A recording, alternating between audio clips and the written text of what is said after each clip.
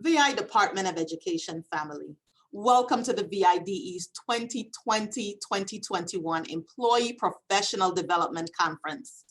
One of my goals as commissioner is to develop a work culture of learning and growth.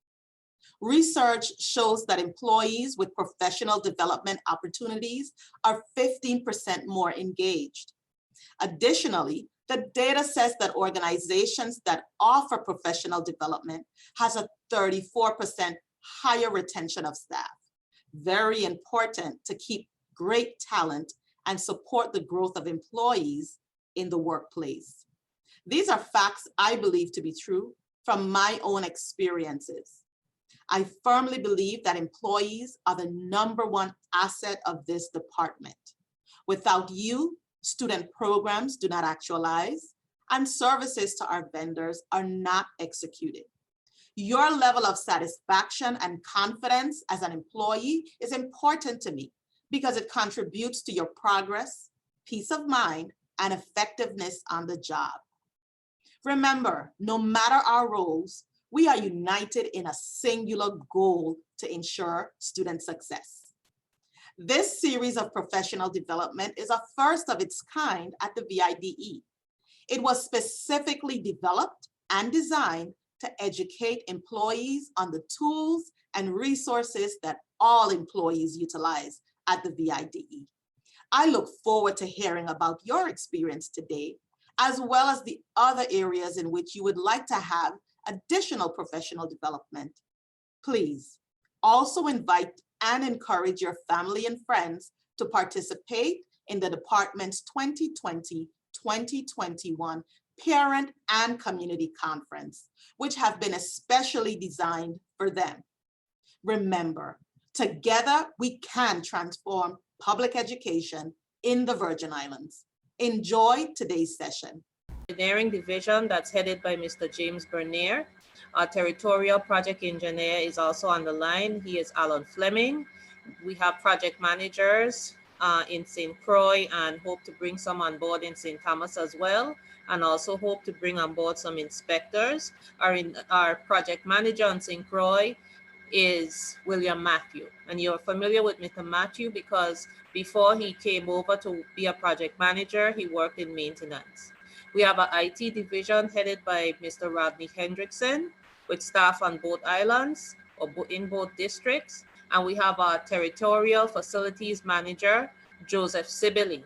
And under Joe are the 2 maintenance directors, one for St. Croix, which is Davidson Charlemagne, and for St. Thomas, we have Jean Weeks. And they have maintenance coordinators and tradesmen that do work on all campuses. So as we move on to the next slide, we just give a snapshot of work in progress. This particular project is the Arthur Richards demolition. So we're currently taking down the ruins of the Arthur Richards School. You'll see the photo on the one side there, and you'll see some of the debris that we've removed from inside the building, the contents. And this happens to be a lot of electronic waste. At this point, we need the schools and the business office to provide us with receipts of payments that have been made for the contents of our schools over the years. If it's a receipt for something you purchased 10 years ago and you have it, there's nothing too old to request because Fema is going to pay. It's like an insurance company. This is the part where we get monies to replace the lost contents in our school. Whether we were using the item or we were not using the item, we can get funding to replace. Because when we build a new Arthur Richards School, we can't open an empty school. And what we have in the modulars is not enough to fill up a school. It's just enough to fill the modulars. So we know the schools were full of items. We do not need a receipt for each item, but we do need some receipts. So I'm taking this opportunity to ask the staff, since the staff is online, to send me by email scans of any invoices that you've paid over the years so we could try to get funds in for the contents of your school, okay? So we can move on to the next slide.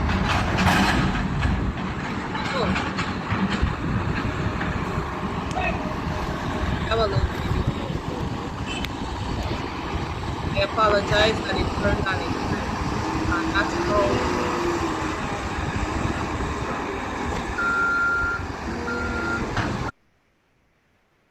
Okay, thank you. So this is how we're structured internally to deal with maintenance. Over on St. Croix, the way that they're organized, Mr. Charlemagne is the director. He has an assistant, Mr. Liebert. We have administrative staff, and we have an environmental specialist and a warehouse manager. And then we have the coordinators. And you'll see the coordinators each have staff underneath them who provide maintenance to groups of schools. So for example, Mr. Tyrone Davis, he's the coordinator, and he's assigned to everything related to complex and CTEC. If you're at Alfredo Andrews, then your coordinator is Leslie Farrell, and you have a staff of 3 assigned to those schools. So that's the way that maintenance is organized. When you need work and you submit an work order, it's reviewed by the administrative staff, Ms. Samuel, Mr. Charlemagne, Mr. Liebert, and then the work assignments are given to the coordinators, and they go work with their teams to get the work done. The next slide is going to show the structure on St. Thomas. And on St. Thomas, Mr. Gene Weeks is our director. We have Mr. Clark, who's the environmental specialist. And we have our coordinators here. And these are the schools that they are assigned to. And we have laborers as well, tradesmen. So depending on what school you are, that determines who is going to work on your assignment. However, you know, if it's electrical, ultimately, Mr. Laplace is going to be working on it. Okay, next slide, please. Okay, maintenance has made a lot of accomplishments, and Mr. Sibley is on the line, so he can give more details about it when we get to the question and answer part of the presentation. They make water deliveries to our schools. Most recently, they've made deliveries of water to Sibley School and the Wheatley Skills Center. They have installed paper towel dispenser at all of the schools and facilities for COVID readiness. They have made a total of 140 installations on St. Thomas and 198 installations on St. Croix with using the men in-house.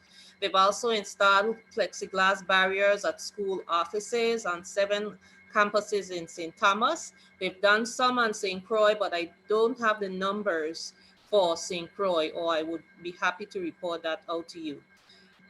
They stand ready to install plexiglass at any school offices when the superintendent gives us a request for assistance.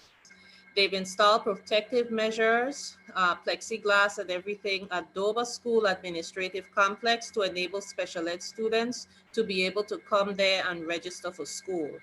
And I want to stress that we are standing by to install more COVID-19 protective equipment as fast as it arrives in the territory and the superintendents request our assistance. Okay, there's more on the next slide. Moving forward, we've been working hard to develop a work order system. The ultimate system is being developed with a grant from the Office of Interior Affairs. In the meantime, we have a work order request form that we developed using Microsoft Forms. We launched it in June 2020, and our principals, we really need you to use it or designate someone on your campus who's going to use that Microsoft form to submit your request for work. We do look at them. We look at them every single day in the St. Thomas district and in the St. Croix district. To date, approximately 725 work order requests have been submitted, and of those, 675 have been completed, and that's on St. Thomas. On St. Croix, we got a few more work order requests, and they've also completed more. They've completed 688 work orders. The uncompleted work orders are due to lack of funding. As you know, funding is an issue throughout the government, and you'll see in the slides that come up the role that funding plays in whether or not an improvement on or repair is made at your school. We are working on drafting a preventive maintenance plan. It would be the first for VIDE. The plan is scheduled to start on October 1st, 2021. It's being drafted by the staff in-house, Mr. Sibylle, Mr. Charlemagne, and Mr. Weeks. And they're getting help from Mr. Fleming, and they're working with the consultant, Brian Turnbull, who is funded by the Office of Interior Affairs. We have a grant to develop this. They have a draft of the plan and they're still fine tuning it. And they're also working on finalizing the amount of funding that will be needed in order to implement the plan. And the implementation date is October 1st, 2021. So that would be the start of the next fiscal year when the funding has been identified and put in place. Routine maintenance. Routine maintenance items are also included in the plan. Routine maintenance is already being performed. It's being performed each year, and the funding is not sufficient to meet the need. Therefore, we take the needs as they come in and we address the needs based on priority until the funds are exhausted. Once the funds are depleted, then there's no way to meet those needs. Emergency maintenance fund. Funds for emergency maintenance work is taken away from routine maintenance when the needs arise. So if we have some things scheduled for routine maintenance and something goes down, maybe an air conditioner just dies, it just goes kaput, and we need to get it back up, maybe it's an air conditioner in a kitchen or someplace where it's critical, then we have to actually put a scheduled project on hold, take those funds away, put it towards to fix the emergency because we don't have enough funds to do everything. Next slide. We'll talk about the state of our budget. To start off with, the Army Corps of Engineers did an assessment right after the hurricane, and they looked at what it would take to maintain our facilities, our current facilities, which is almost 3 million square feet between the two districts. They indicated a minimum of $20 to $30 million a year would be required in order to maintain the facilities to decent standards. We have never had that much money for maintenance, so we have never experienced even 1 year of full and complete maintenance because we've never had the funding. We have, however, had more funding in the past than we had now. And this graph shows what our funding level for plant maintenance was in fiscal year 2014 and how it has declined steadily. It hit its lowest point in fiscal 2019, and it has gone up a little bit this year. I believe this year we receive $1 million for each district. So we should be right around this level where my mouse is, if you can see it, around the $2 million level now. And Mr. Sibylle can correct me and give more information when we get to the Q&A section of this presentation. So we can move on to the next slide. Our facilities are very old. The average age of our buildings or schools is 45 years. Just to give an idea, a typical residence or commercial building is built to last for 30 years. It doesn't mean in year 31 the whole thing is going to fall apart, but it means that by 30 years, most of the systems and components of that building will have reached the end of their life cycle. Some systems have a shorter life cycle than the 30 years. For example, air conditioners, you cannot run an air conditioning unit for 30 years. Maybe 5 years. In our corrosive environment, it could be less than that for many of our systems.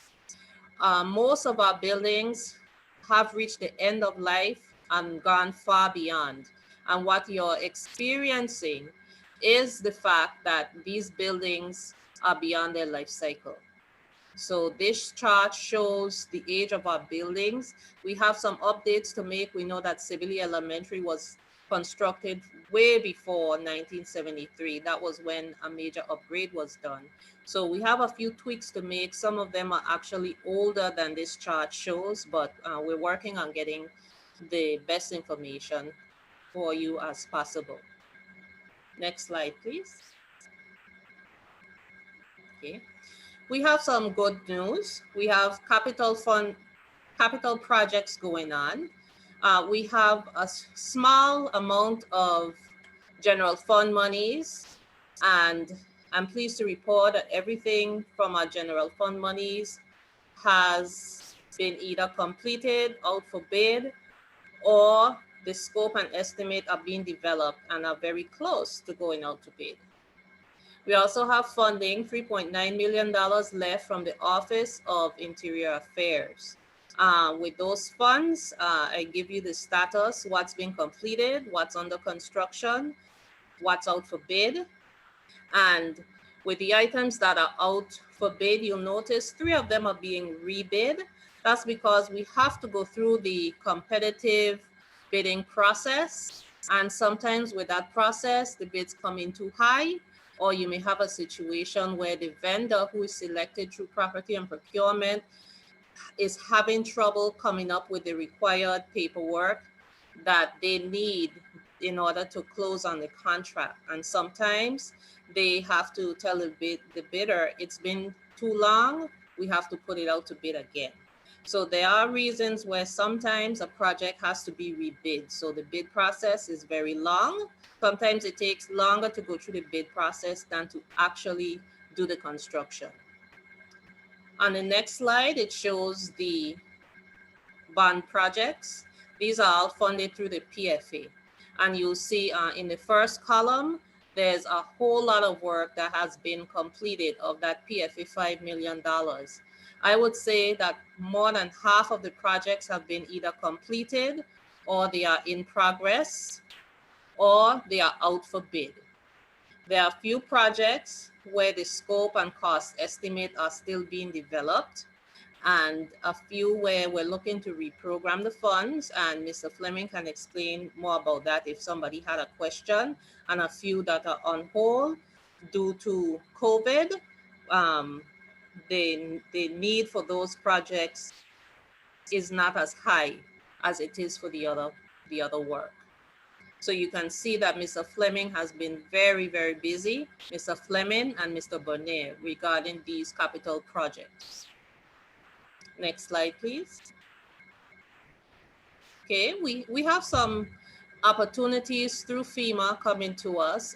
They're allowing us to do a prudent replacement if we find that the cost to rebuild the facility is more than it would cost than it would to just replace it, or if it's more prudent to do so because of the nature of the things that need to be changed.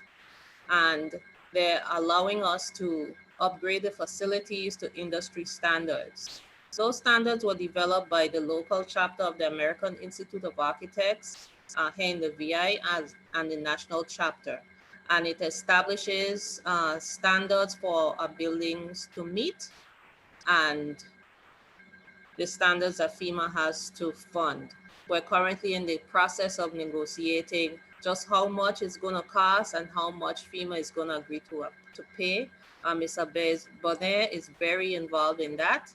And it's a process where we have to go through it right. We can't jump at the first offer. For example, the first offer we had for Arthur Richards has now been increased by $20 million. And it took a couple of months, but 3 extra months for it to increase by $20 million, I think is worth it. And we're still in negotiations, so hopefully we come out with an amount that's enough for us to rebuild the school. Next slide, please. Okay, we've made some strides regarding new schools. We established a new school construction advisory board, and we plan to tap into that board's talent again next year as we advance the next round of projects. We've developed a facility master plan, and we have developed solicitation and contract documents to fast track the implementation of the projects. We've also begun the schematic design process with 4 of the 5 school communities that you see listed below. So we've already been in talks with Arthur Richards about their pre-K 8, Charlotte Amalia High School about their new high school, Boshelty about their future pre-K 8, and we're going to be engaging the Sproul campus community next, and then Bowski next. And then we'll have another round of projects that we work on schematic designs with. If you want to know more about the effort, you can go to www.newschoolsvide.com. Next slide, please. Okay. Our facility master plan is all on that website, so I won't stay long on this slide. The guiding principles are shown on the left. Next slide, please. Okay, these are just some photographs that we took while the design team visited the campus along with members of the advisory body. They visited our various campuses and met with our school staff. Next slide, please. Okay, moving forward, we have a certain number of facilities here. This is for St. Croix, and the 5,483 shows the enrollment at the time when we completed the master plan. And the second table, the one on the right, it shows the future footprint and the future capacities of the schools. So that we have built in the master plan room for growth. For 27% growth on St. Croix, we have a surplus of 1,500 seats. And if additional growth is needed, we haven't used the Henderson site. So we have room for growth in the plan. The next slide shows the same information for St. Thomas. It shows that at the time when we approved the plan, we had 5,231 students enrolled, and it shows the future footprint is 6,139, and that's without having the potential growth site. So we have an extra 908 seats, and then we also have the Oliver site. We don't have anything programmed there. So if there's future growth needs in excess of 908 seats, we have another site we could bring back online. Let's see. Next slide, please. These are the steps to the final costing from FEMA. The magnitude of the need is $1.6 billion and counting. So we can't maintain our way out of the need. We have to do some building, and there are growing pains associated with that, but we are working with campus communities to make the process as smooth as it could possibly be. The next steps are to tally up the cost of the storm damage, the additional cost to comply with today's building code, the additional cost to meet today's industry standards. Then FEMA and VIDE have to agree on those costs, and we're in this process, step 4 right now. Step 5 is to combine all the funds into a single pot for each district. Step 6 is to spend the funds in accordance with the master plan.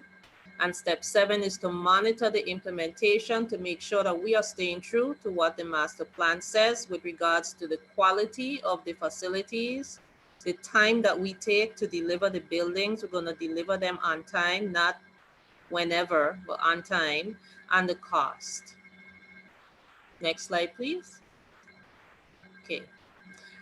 For this one, we felt that we ought to stress to you that equity was really important moving forward, and it has a lot to do with the reduction in the footprint.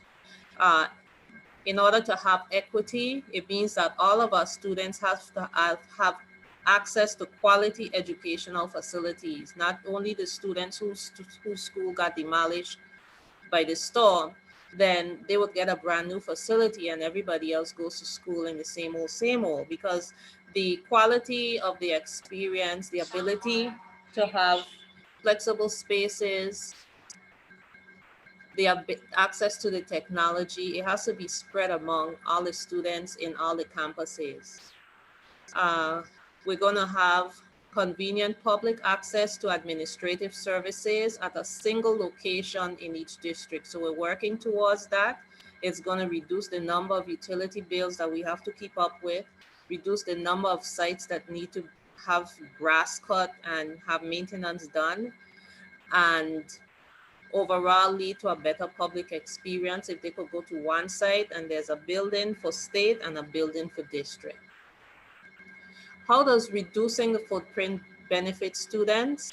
It does in several ways. One is it allows us to deploy the school within a school concept, and that results in smaller middle school cohorts or homerooms for middle school students. And it sequesters them away from the elementary students and allows us to have the elementary split into an early childhood section, which would be pre-K through second or pre-K to third, and then a upper grade section. So it's in effect, when you have a pre-K 8, you have like 3 small campuses sharing the same site. It makes maintenance much more affordable because you're concentrating your funds on fewer, newer facilities instead of stretching them over a large number of aged facilities. And it allows for you to have tighter integration of maintenance and get our CTEC program students involved in helping with maintenance. And the other benefit is that we can afford to have these flexible learning spaces that we need if we're not spreading our dollars out too thin. Okay. And I think we have one more slide. Okay. So we wanted to end off on the collaborative work slide. And we are collaboratively working together various units to keep the facilities alive until they are permanently fixed. And it could be termed as we're putting band-aids on the cracks and fixing things up. But the buildings that need emergency care, they're gonna get that. The routine care will provide that as much as the funds allow. The preventive care will provide that when the funding is made available, and we're working to identify possible sources of funding. Our legislators are. So hopefully that will be funded in the near future so we could start having some preventive care in next fiscal year. Of course, we're doing our planning, and many of you on the line have been involved in our planning committees. We're doing demolitions right now, jump-starting the new school projects. We're doing new construction. We've started at Wheatley. The next site is going to be Abraham, and then CAHS. And Arthur Richards actually might come in before any of them, because that one is very far ahead in the estimates with FEMA. And modernization. In the meantime, we'll do the best that we can and encourage you to use the work order system. After the facilities are permanently fixed, then we'll deploy integrated management, and that's where we have our work order system and we have our staff so that we could keep them up once we build a new one. So with that, I think we move into question and answers. I think that's what the next slide says. Great. Yes, thank you, Ms. Colwood. Anybody who has any questions for Ms. Colwood or our maintenance staff, if you could either use the raise hand feature and then I'll unmute your mic, or you could just drop your question in the chat and I'll pose it to the presenters. So we'll just give some folks a few moments if they have any questions. If you were not able to change your name in the participants panel to your first and last name, if you could please just drop your full name and your site in the chat, just so we can make sure you're getting credit for attending the trainings.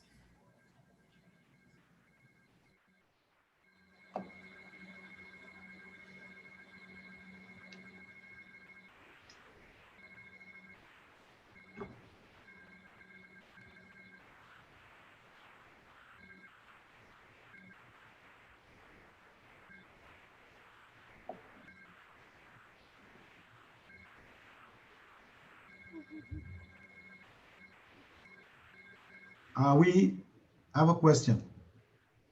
Can you hear me? Who is that? Let's see, William Matthew. Go ahead and ask your question. Yes. Yeah. Okay, I'm Okay. not hearing any are we- questions, but I'm gonna look in the chat and see if I see some questions. Okay, Mr. Matthew, so- are you able to hear Mr. Matthew, Ms. Colwood? He was about to ask a question.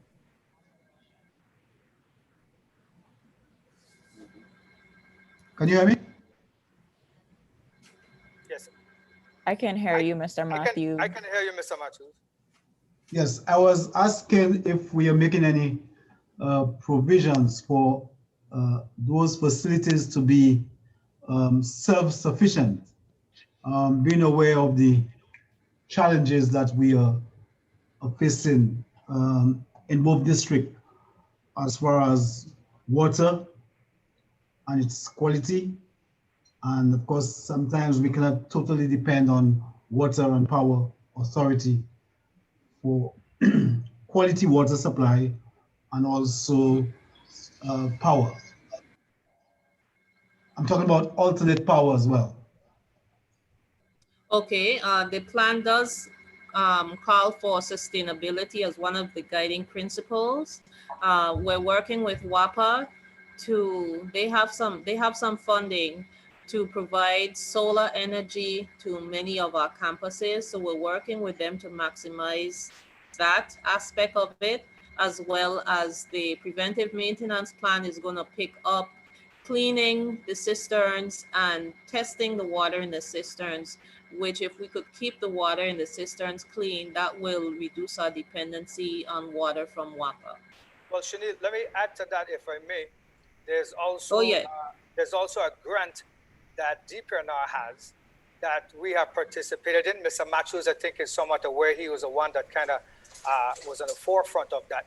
We just need to tap into that grant and get that activated. That will help us with putting some metal hoods in there for testing of the water on a regular basis and some automatic chlorination and ultraviolet pieces. So that's something that we're looking into to tap in for some additional fundings for the same aspect that Mr. Matthews spoke about.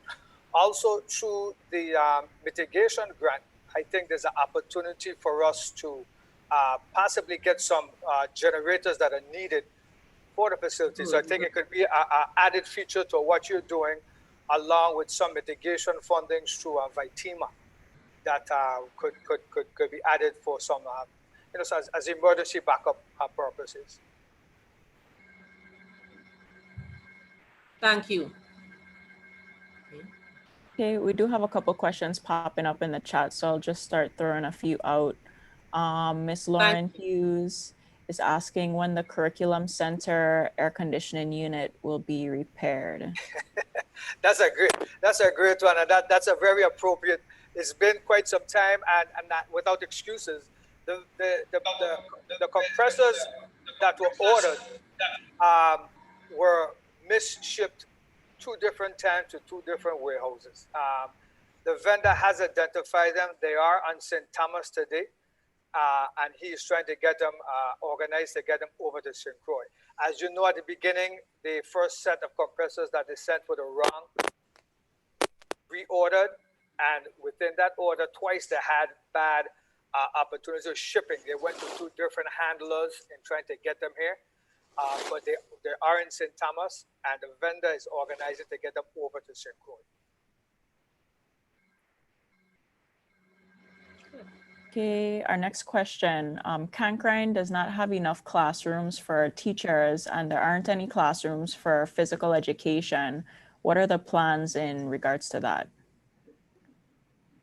So I believe, Shanil, I will jump on this together, Shanil. You know, Okay. one of the issues is there are 2 trailers at the back end of what we call a lacquered concrete facility that needs to be renovated. So we do need to find some funds to have that renovated. You know, it's been on the list of things to do. Without excuses, we just have to get it done. It's several things that are going on.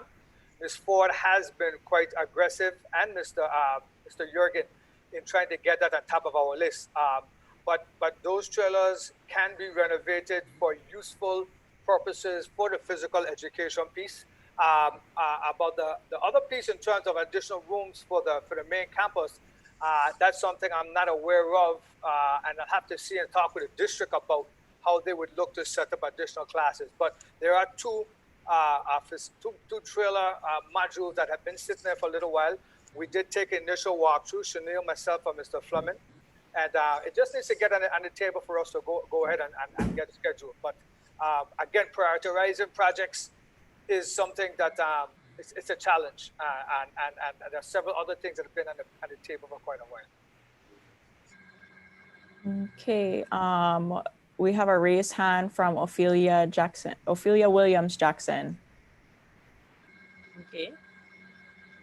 Go ahead. Yes, good afternoon. I was just typing it in the chat, but I just want to ask, with plans to return to school next month, are there anything being done on the school campuses where K-3 students are expected to return relevant to the use of, to not using water fountains? Yes, so I know for sure there are water, we're going to have a new system set up where instead of having the common water bubblers where you push a button and then you drink the water, they're going to be filling containers that will be adapted to those fountains that allow the kids to have their own bottle dispensers to put the water into, and then they can consume the water. I know for sure that's taking place on the St. Croix district. I'm not 100% sure if we're doing the same thing in the St. Thomas district. I do think that they are doing that. And I do think the district may have some on order, but that's a question we can follow up along and have Sarah and get back to you on that. But I know for sure in the St. Croix district, that is a component that they have ordered where we will adapt a filling capacity to the water fountains that are there. Thank you. Okay, I have another question that's a little similar to that one, but it's a little more general. It's asking, pre-K through third are scheduled to begin face-to-face instruction around January 25th. What preparations are being made for this opening? That's from Glenda Richards. So, Shani, you want me to take that also, or? Okay. I'll say a little piece, and then you can take it away. Okay, we are standing by to hear from the superintendents what they need us to do next to prepare the campuses.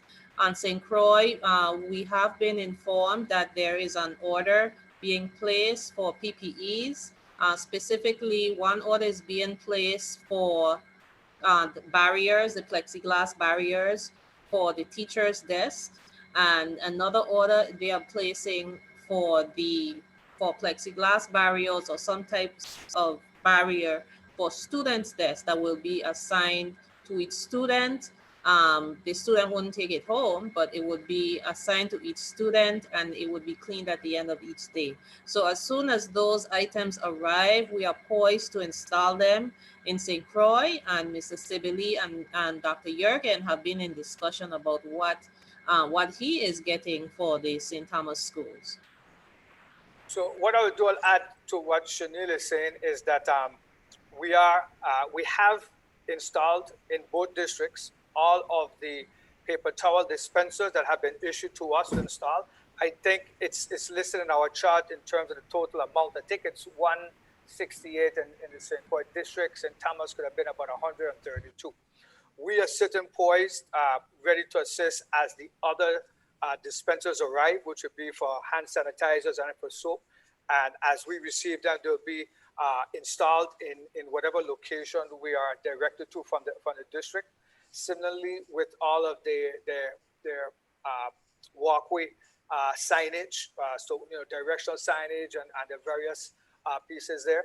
We have gone ahead and installed in a lot of administrative offices some plexiglass partitions, and we continue to do that as we are directed to, and receive some funding to do that in that manner.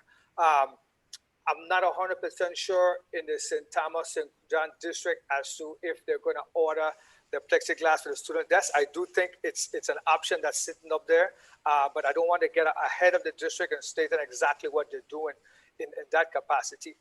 I know there are janitorial contracts that are in place that has a component to that will allow for additional cleaning once that day-to-day activities would take place. So, but those are some of the things that have been put in place so far. We are sitting ready as the district directs us to assist them. They have taken the lead in what is to be done in both districts, and we're poised to assist them as they continue. Okay, I have a raised hand, but there isn't a name. It just says iPad. If you could go ahead and ask your question. You're on mute. Can you unmute your mic? iPad?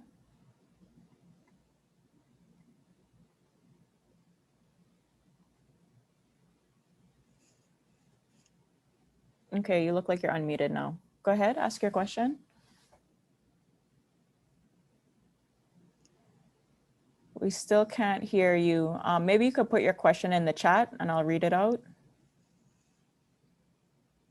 on the iPad.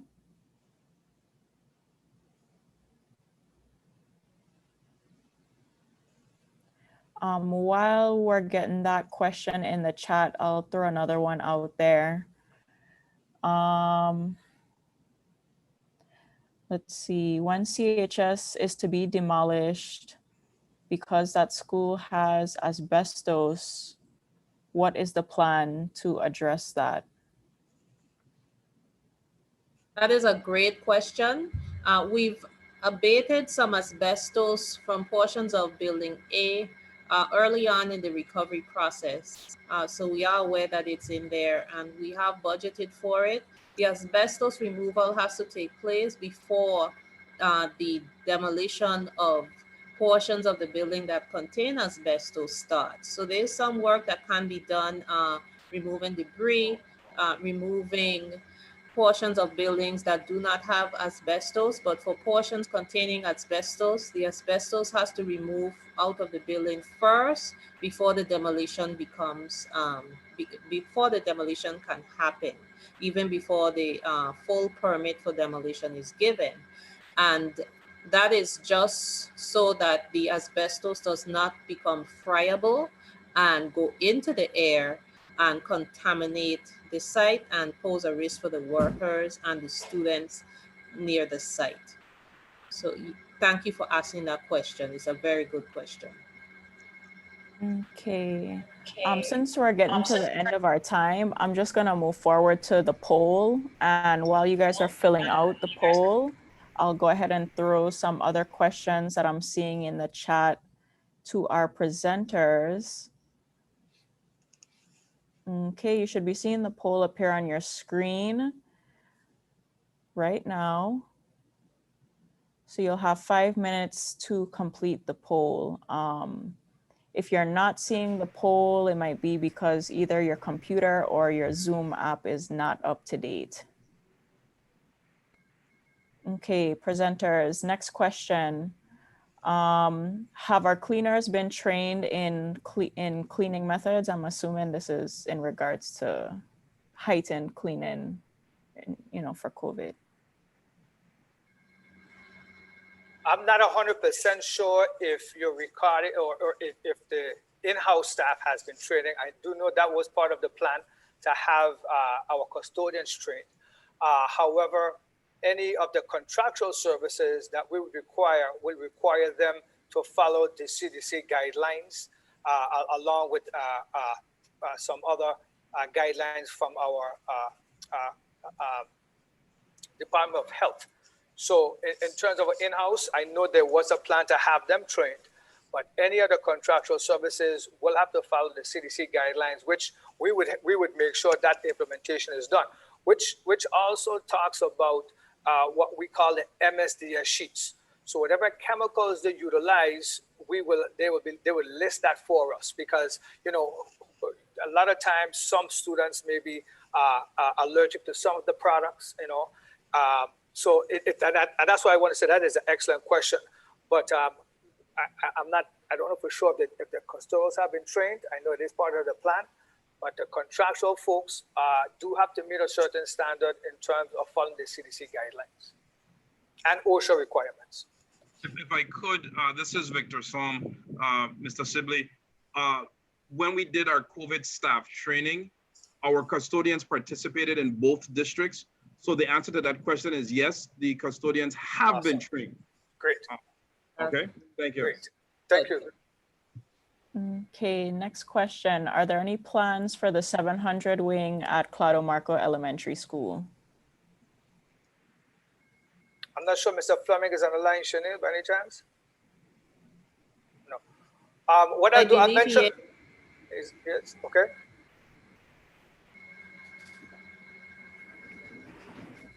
Repeat the question. Are there any plans for the 700 wing at Clado Marco Elementary School? Can't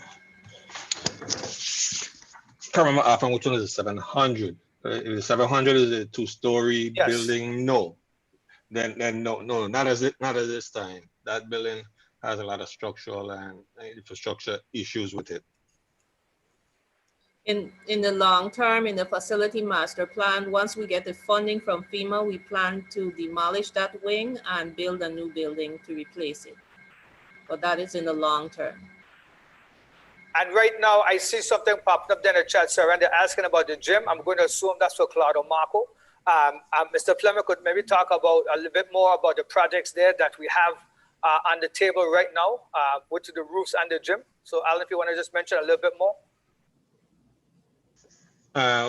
Project that we have right now out and we're just waiting for signed contract is for roof sealing and repairs on the gymnasium, the concrete flat roofs, and also on the 600 building. Those buildings are going to be addressed with the contract that's out. You're also going to be doing some work on repairing the copper lines or replacing the copper lines within that facility also. Right now, that's where we're focused on right now with that project, and we're using federal Office of Internal Affairs funds for that.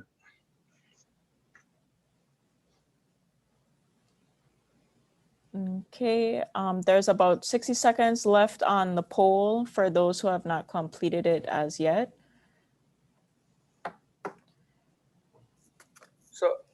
So Sarah, I see some other questions there. Are there any plans for work on the Central High something? I'm not sure what building is that they're referring to. Can you see it? My screen, I lost it. Let's see, are there any plans in the works for Enon buildings at Central High School? The facilities were intended to be temporary and have a slew of issues that are unresolved, electrical, structural, etc. They're referring to the Zenon building. Okay. You have an update for that, Matthews of Mr. Fleming? Yeah, we did have a walkthrough with the contractors there about 2 weeks ago, and we're going to repair all the roofs at the Zenon building and also at the cafeteria. So we have not received the, yes, we haven't received the bids yet from them, but we had a walkthrough. So that project, contractors there. So that project is out to bid? Yes, it's out to bid, yes. Okay, out to bid, and we had the initial walkthrough, which is one of the first steps before we receive the actual bids. It's just one step within the process of getting our project going. So that answer that question is something is on the table. So it's coming. Good day, VIDE family. Thank you for joining us today. We hope that you found the information valuable to understanding the department's functions and beneficial to performing your job duties. You may access this presentation anytime by visiting vide.vi and clicking on the For Employees tab. Thank you.